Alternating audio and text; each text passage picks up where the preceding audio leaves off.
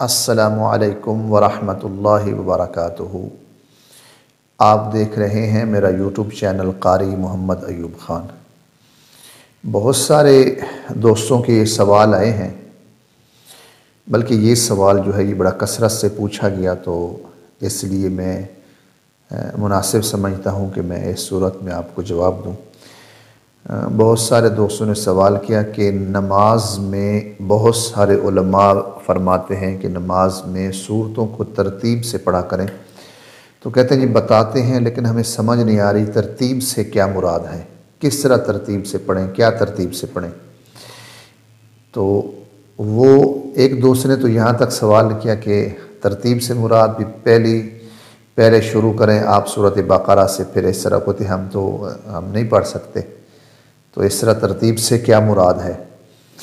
تو میرا بھائی، نماز میں جن علماء کا آپ یہ سنتے ہیں نا کہ ترتیب سے پڑھیں، تو ترتیب سے مراد یہ ہے کہ قرآن مجید جس صورت میں ہمارے سامنے ہے، جس طرح اس کی جو ترتیب ہے نا قرآن کی صورتوں کی، مثال ہے سورۃ الناس جو ہے یہ آخری صورت ہے۔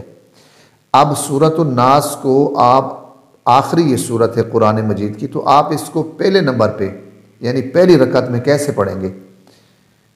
آپ سورۃ الناس پہلی رکعت میں، تو پھر دوسری میں کیا پڑھیں گے آپ؟ تو جہاں بھی قرآن مجید میں نماز میں دوستوں نے، علماء نے آپ کو ترتیب سے جو ہے بتایا نا صورتیں، تو اس سے مراد یہ ہے کہ جس طرح ترتیب قرآن مجید کی ہمارے پاس ہے۔ مثال کے طور پر میں آپ کو بالکل آسانی سے بتا دیتا ہوں تاکہ تمام دوستوں کو سمجھ آئے۔ مثال کے طور پر آپ سورۃ الم ترى جو ہے پہلی رکعت میں پڑھیں، اب دوسری رکعت میں آپ سورۃ والعصر نہیں پڑھ سکتے۔ الم ترى کے بعد آپ والعصر نہیں پڑھیں گے، الم ترى کے بعد آپ جو ہے الہاکم التکاثر نہیں پڑھیں گے۔ کیوں؟ یہ الم ترى سے اوپر ہے، یعنی یہ الم ترى سے پیچھے یہ صورتیں آ جاتی ہیں، تو آگے جا کے پیچھے جو نماز میں پلٹنا یہ ٹھیک نہیں۔ الم ترى سے آپ اوپر والی جتنی بھی صورتیں ہیں آپ وہ نہیں تلاوت کریں گے دوسری رکعت میں۔ الم ترى پڑھی ہے تو دوسری میں الم ترى کے بعد اب دوسری صورت ہے، وہ ہے سورۃ القریش۔ اب الم ترى کے بعد سورۃ قریش کی تلاوت کریں۔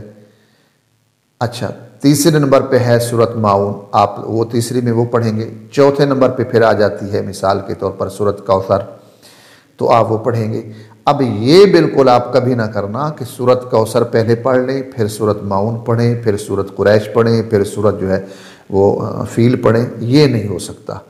آپ کو جہاں بھی بتایا گیا ہے کہ قرآن مجید کو ترتیب کے ساتھ یعنی نماز میں ترتیب کے ساتھ پڑھا کریں، اس سے مراد یہ ہے کہ آپ پہلی رکعت میں قل واللہ پڑھیں اور دوسری میں آپ قل یا ایھا الکافرون پڑھیں، تو یہ جو ہے یہ نہ پڑھا کریں، یا قل یا ایھا الکافرون پڑھ کے پھر آپ انا اعطینہ پہ چلے جائیں، تو یہ نہیں، بلکہ جہاں ہم نے قل یا ایھا الکافرون پڑھی ہے پھر اس سے نیچے دیکھیں کون سی صورت ہے۔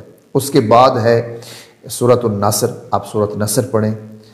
اچھا، اس کے بعد ہے تیسری رکعت میں آپ سورۃ تبت یدا ابی لہب وتب ہے وہ پڑھیں، چوتھی میں آپ قل واللہ پڑھیں۔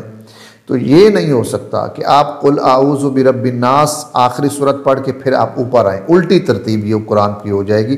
اس سے مراد علماء نے آپ کو یہ روکا ہے کہ قرآن مجید کو ترتیب جو ہے اس کے ساتھ پڑھیں، الٹی ترتیب سے نہ پڑھیں، یہ خاص خیال کرنا ہے۔ میرے خیال میں آپ کو یہ مسئلہ بالکل صحیح سمجھ آ گیا ہوگا۔ اب امید ہے کہ انشاءاللہ آپ دوستوں کو بھی سمجھا پائیں گے کہ نماز میں جو ترتیب سے مراد ہے وہ یہ ہے کہ الٹا نہیں پڑھنا ہم نے، جیسے سورۃ نازل وہ لکھی ہوئی ہمارے پاس اسی طرح ہم نے اس کو پڑھنا ہے، اور اسی ترتیب کے ساتھ ہی ہم نے قرآن مجید کو پڑھنا ہے، اور اسی ترتیب میں ہی ہم نے نماز کو ادا کرنا ہے۔